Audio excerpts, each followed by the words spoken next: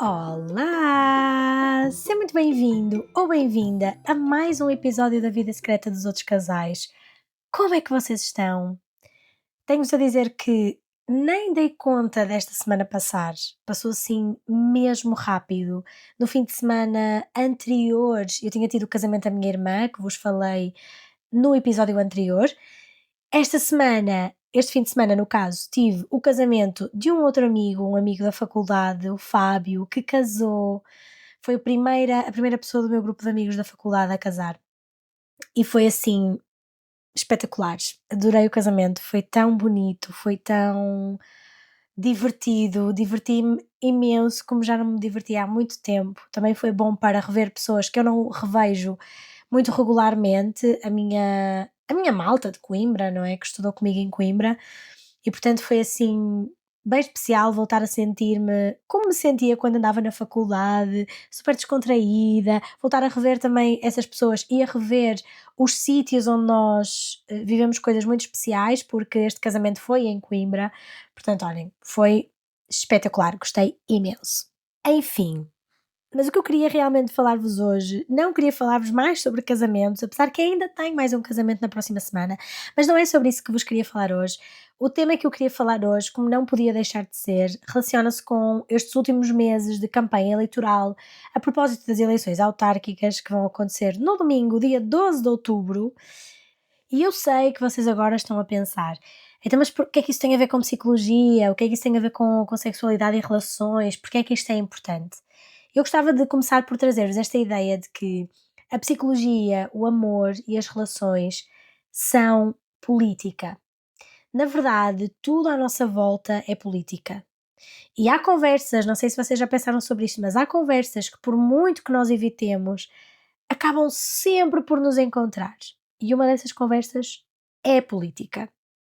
E é curioso porque sempre que eu falo sobre este tema, sempre que eu trago a política para os meus conteúdos, seja no Instagram, seja agora aqui no podcast, há sempre alguém, geralmente alguém que faz parte da minha vida, não propriamente pessoas desconhecidas, mas alguém que faz parte da minha vida e que se preocupa comigo, que me vem dizer: Inês, tu não devias falar de política no teu contexto profissional, porque tu podes perder seguidores, podes perder clientes, podes perder parcerias, enfim. E eu sei que isto vem de um lugar de preocupação e também vem muito, ou seja, liga-se muito com aquilo que eu aprendi na faculdade de psicologia, que é esta ideia universal que nós temos, esta ideia geral que nós temos, de que a psicologia é isenta de ideais, de valores, de crenças políticas, de crenças religiosas. O que eu concordo, atenção, eu concordo a 100%, claro, quando falamos de julgamento. A psicologia é de facto isenta de julgamento em relação a crenças, ideais, valores, ideologias dos outros, políticas ou religiosas. Mas a psicologia não é isenta na sua gênese, não é isenta por si só. A psicologia é isenta de julgamento em relação aos ideais dos outros, mas a psicologia é política. Acho muito urgente nós começarmos a ver a psicologia desta forma. Cuidar da saúde mental não é só falar de emoções. Eu não posso, nas minhas consultas, falar só de emoções. Eu preciso de falar sobre outros temas que também são importantes e que muitas vezes se ligam com as problemáticas que as pessoas trazem à consulta.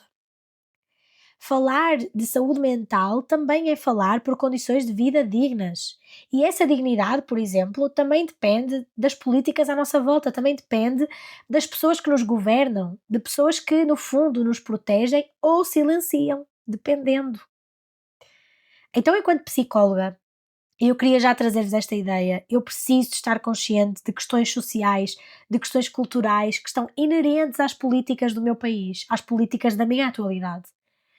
Eu não posso dizer a uma cliente que, por exemplo, está a entrar em burnout porque tem 2 trabalhos para sustentar, um T1 em Lisboa, que esse burnout é fruto daquilo que ela pensa e que precisamos de reestruturar pensamento, porque este burnout não é fruto daquilo que ela pensa, este burnout é político. Eu estou a inventar uma história, ok? Eu não tenho de facto uma pessoa nestas condições na minha consulta, mas percebem o meu ponto? Eu não posso dizer a um casal que não consegue sair de casa porque os preços da habitação estão impossíveis, que o problema é do casal, porque não trabalhou o suficiente para ter dinheiro para sair de casa dos pais, porque isso é política. Ou quando alguém adia uma separação, por exemplo, porque não tem como pagar 2 rendas, é política. Ou quando uma pessoa LGBT, seja uma mulher lésbica, um homem gay, uma pessoa trans, uma pessoa não binária, quando essa pessoa tem medo de caminhar na rua, segurar a mão da pessoa que ama em público, é política. Eu não posso dizer a essa pessoa: "Ai, vamos fazer reestruturação cognitiva, vamos usar a aceitação". Isto é político. Há leis que nos protegem e há leis que nos ameaçam. E a política vive dentro das nossas relações, malta. A política também é sobre relações, também é sobre amor, também é sobre sexualidade. Aprofundando um pouco mais esta questão, gostava de vos trazer esta ideia de que a psicologia nos ensina que o contexto molda a nossa saúde mental. Eu aprendi isto na faculdade. O contexto da pessoa, as experiências precoces, a vida que teve, o contexto socioeconómico, enfim, tudo na nossa vida, o nosso contexto molda a forma como nós vemos o mundo, as nossas crenças sobre nós, sobre os outros e sobre o mundo e a nossa saúde mental em consequência. Então, de onde é que vem este contexto? Muitas vezes este contexto é construído e decidido por políticas públicas.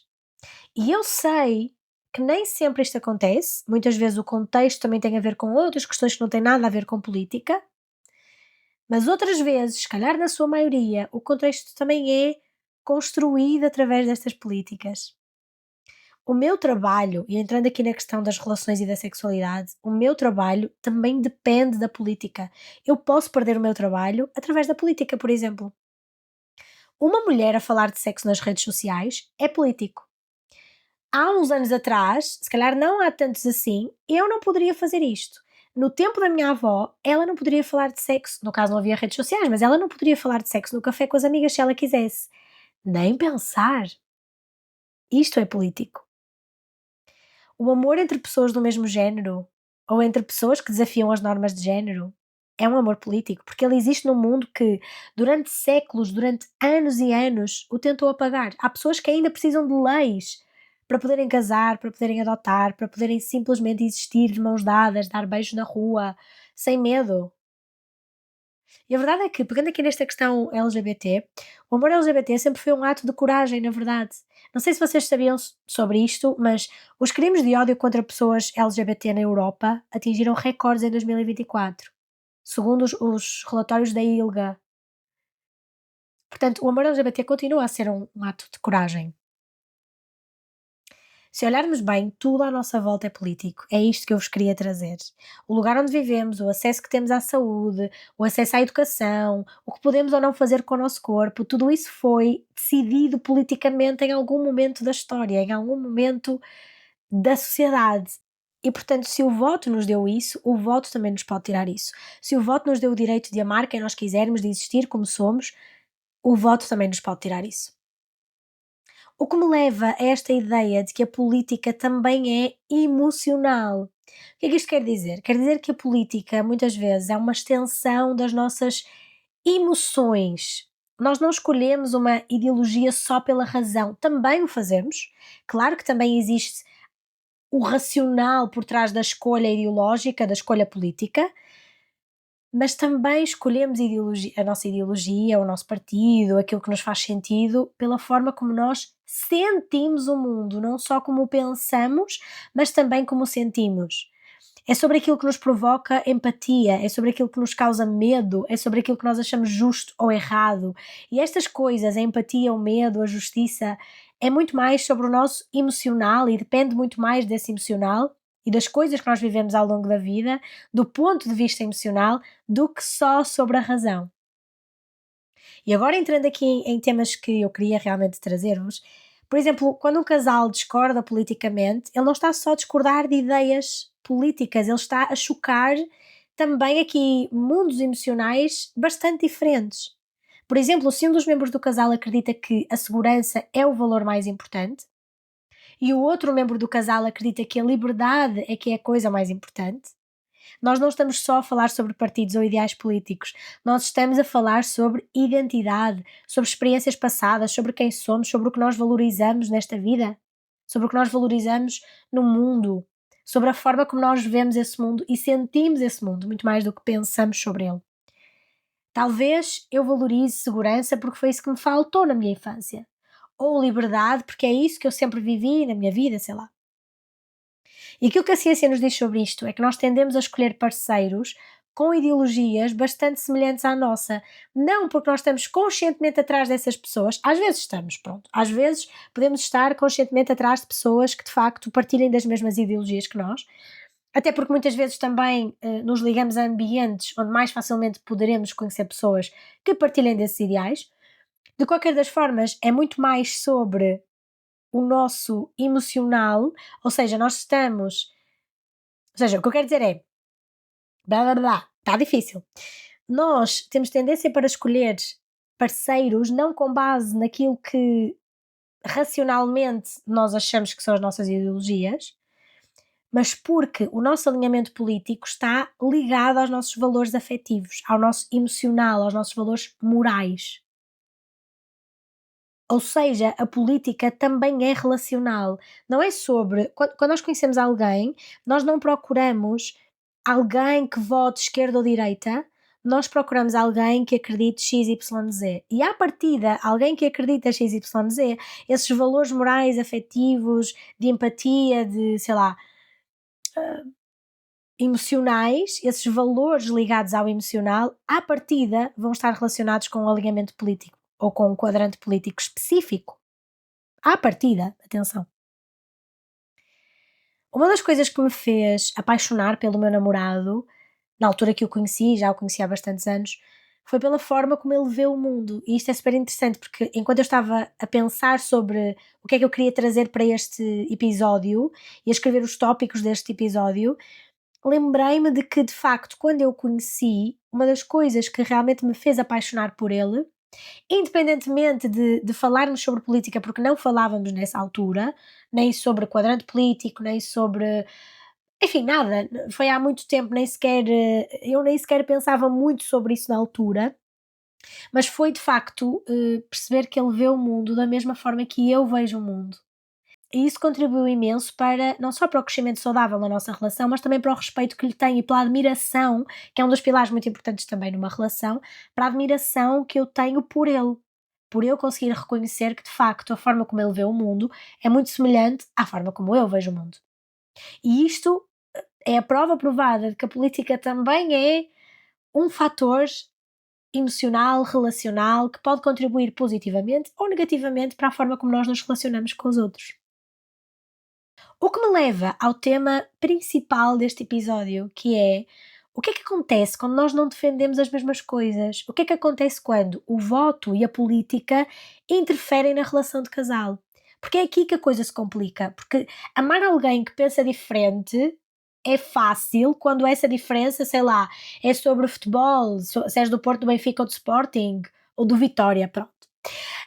Sei lá, ou se essa diferença é sobre quem sabe cozinhar e quem gosta de cozinhar e quem lava a louça. Claro que isto também são coisas importantes, mas é muito mais fácil amar alguém que pensa diferente nestes quesitos do que amar alguém que pensa diferente quando falamos em direitos humanos, igualdade, liberdade, valores que são intrínsecos à nossa identidade e à forma como nós navegamos o mundo. Nem todas as divergências políticas são um problema, atenção. Nem todas as divergências têm que ser problemáticas. Há relações que até crescem bastante no debate de diferenças e divergências políticas, no diálogo sobre diferentes pensamentos, e esse desafio no debate pode ser bastante positivo para a relação. Mas isso é quando há respeito, quando há escuta, quando no fundo as duas pessoas partilham o mesmo chão, o mesmo tapete de valores, não é? Aí as diferenças podem dar frutos positivos. Mas há casos em que esta divergência vai tocar em valores muito mais profundos, em valores em que não há essa partilha de chão de ideais ou de valores ou de formas de ver o mundo. E quando o outro defende algo que põe em causa a tua existência ou a existência de pessoas que tu amas, então já não é só política. E é aqui que muita gente se engana ao dizer que cada um tem a sua opinião. Há coisas que não são opiniões, malta. Outra coisa que vos queria trazer é a polarização afetiva. Há uma expressão na psicologia chamada polarização afetiva, que é aquilo que nós chamamos aos políticos de diferentes ideologias, ou aos partidos de diferentes ideologias, que deixam de ser adversários para se tornarem inimigos. Uma coisa são adversários, outra coisa são inimigos. Então nós chamamos polarização afetiva quando de facto estas diferenças na ideologia fazem com que duas pessoas que à partida seriam adversários politicamente passam a ser inimigos. E isto é bastante problemático, porque significa que nós deixamos de discordar de ideias e passamos a detestar quem pensa diferente de nós, quem tem diferentes ideias, no caso. Portanto, deixou de ser sobre discordar e passou a ser sobre detestar aquela pessoa, odiar aquela pessoa.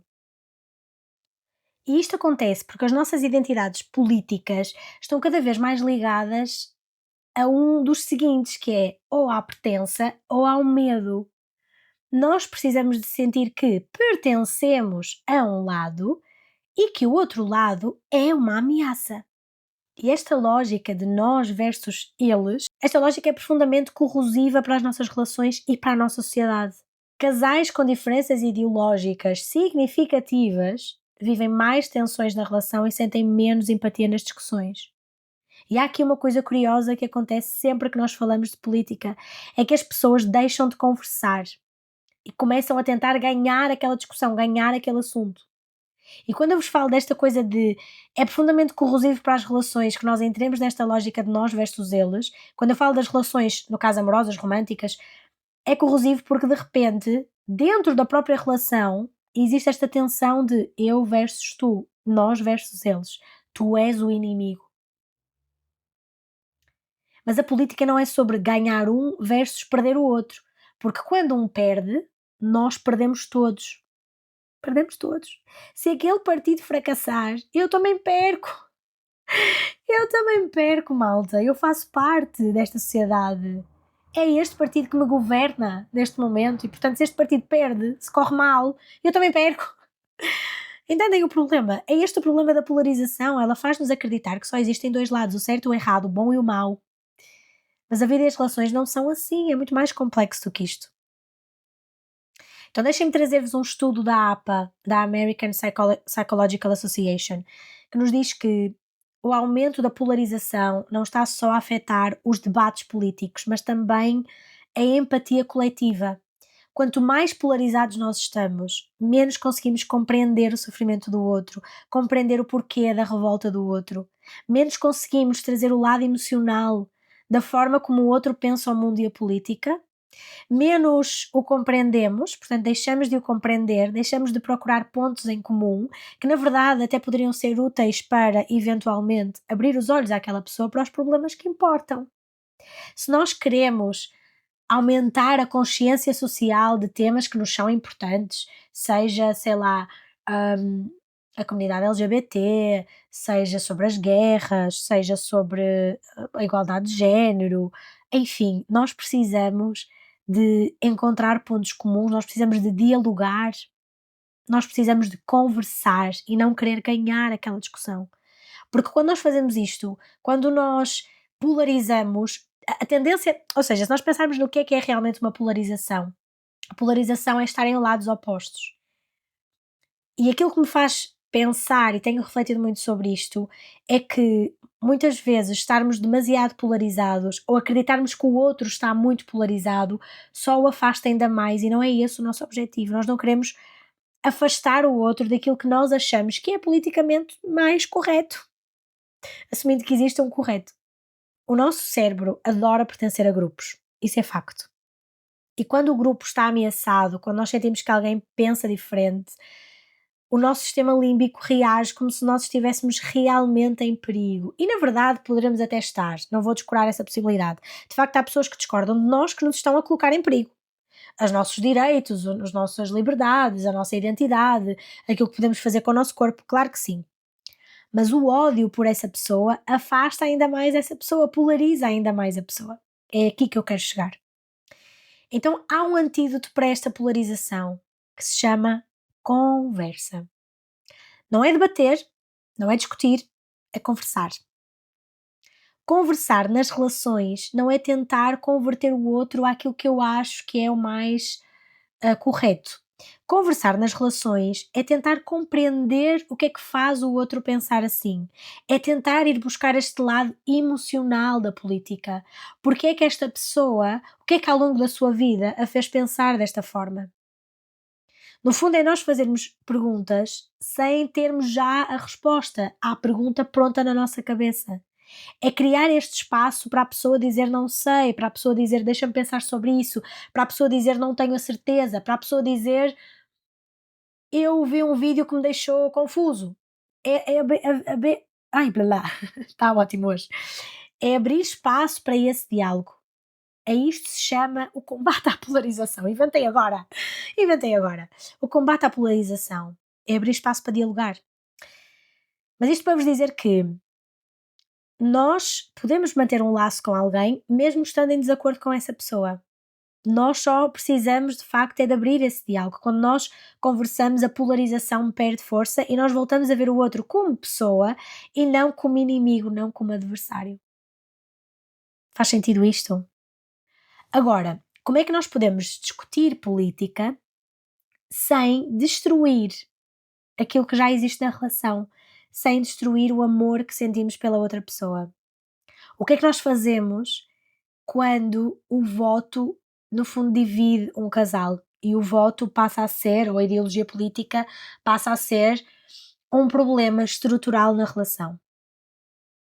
Em primeiro lugar, quero dizer-vos que ninguém muda de ideias por ser atacado.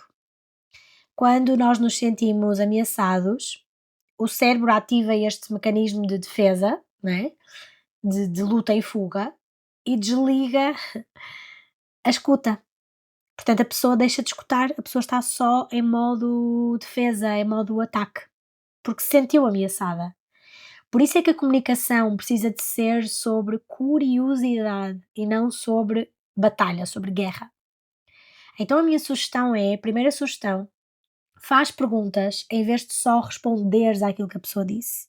Se a pessoa diz uma coisa que ideologicamente tu não concordas, pergunta-lhe o que é que ele leva a pensar assim. Que valor é que sustenta essa tua ideia? Que valores estão por trás dessa crença política? O fator decisivo numa relação em que as duas pessoas têm diferenças ideológicas não é a diferença ideológica em si. Aquilo que vai ser decisivo para se a relação resulta ou não resulta não é a diferença ideológica em si, é a forma como se comunica sobre essa diferença ideológica e sobre como as duas pessoas integram a diferença ideológica, como as duas pessoas se sentem em relação à existência dessa diferença. Portanto, a minha sugestão é perguntar, faz perguntas. O que é que te leva a pensar assim? Que valor é que sustenta essa tua ideia? Segunda dica, foca-te nos valores que vocês partilham, não propriamente nos partidos políticos, porque talvez aquilo que vos una, a compaixão, a justiça, a liberdade, o respeito, ainda exista. Talvez só esteja a ser expressado é de formas diferentes. E, portanto, às vezes focando nos valores partilhados e conversando sobre, ok, nós partilhamos destes valores chão, não é como falávamos há pouco, os valores tapete.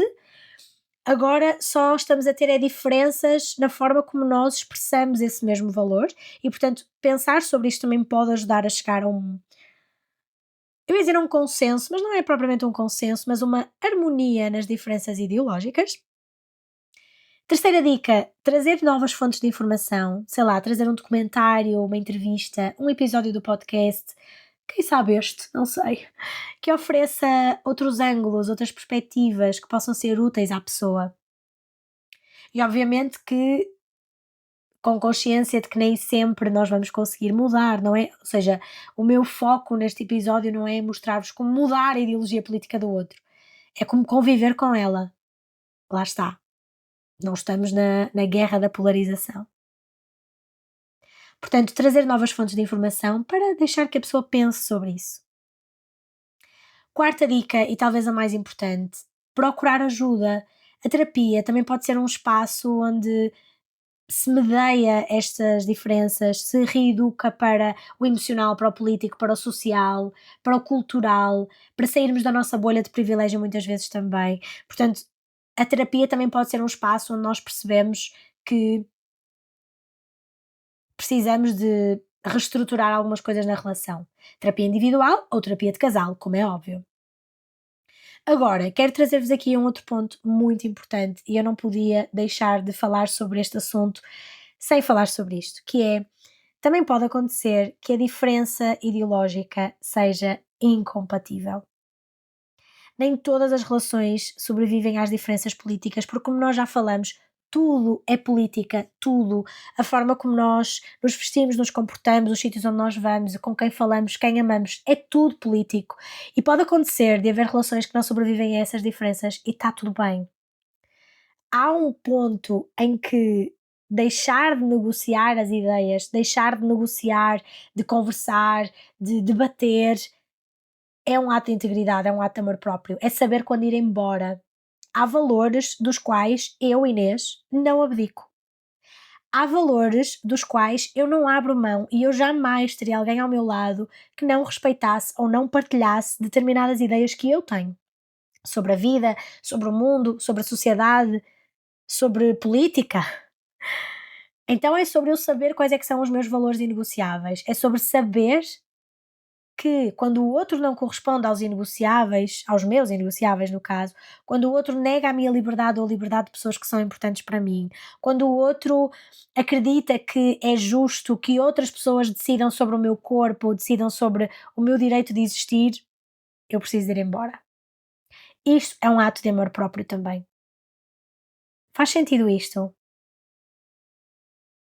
As relações que funcionam não são as que não têm conflitos. As relações que funcionam são as que sabem o que é negociável e o que não é negociável, que há valores que não são negociáveis e que sabem quando ir embora também. E era isto que eu vos queria trazer. O amor é político, mas isso não quer dizer que o casal tenha de votar igual, não é sobre isso. Quer dizer é que ambos precisam de perceber o impacto que o voto tem na forma como nós vivemos o mundo, como nós amamos e como nós existimos em sociedade. Isso é que é o verdadeiramente importante. Vocês não estão a perceber a ironia do que acabou de acontecer. Eu estou a gravar este episódio com a janela aberta, porque tem calor, e está a passar um carro partidário, com aqueles alto-falantes a falar. Não sei qual é o partido. Também não interessa muito. The irony. Enfim, com isto quero dizer que o amor é sim político, mas não é partidário. Já sei que muita gente vai dizer que eu estou aqui a segurar uma cor ideológica, uma cor partidária. Já ouvi isso imensas vezes, nas partilhas que faço no Instagram, nos posts que já publiquei. Já ouvi imensas vezes que, enfim, que eu seguro uma cor ideológica, mas é curioso porque eu não mencionei uma única vez o nome de nenhum partido. Portanto, se pensaste em algum, isso é revelador de muita coisa, diz muito mais sobre ti do que sobre mim. Quero muito que vocês se lembrem disto, que a política não é só o que se discute no Parlamento, a política é o que define se uma mulher pode escolher ser mãe ou não, se um casal pode casar, se há educação sexual nas escolas, se um jovem pode pagar uma casa. E isto são coisas que se relacionam todas, todas, malta, com o amor e a sexualidade. E é por isso que estamos aqui a falar sobre isto. E pronto, malta. É isto que tenho para vocês hoje. Espero que tenham gostado deste tema. Eu sei que é um tema mais difícil, mas também quis-vos trazer porque acho que faz todo sentido. Domingo é dia de São Votar, portanto, mexam o cu do sofá e vão votar, por favor.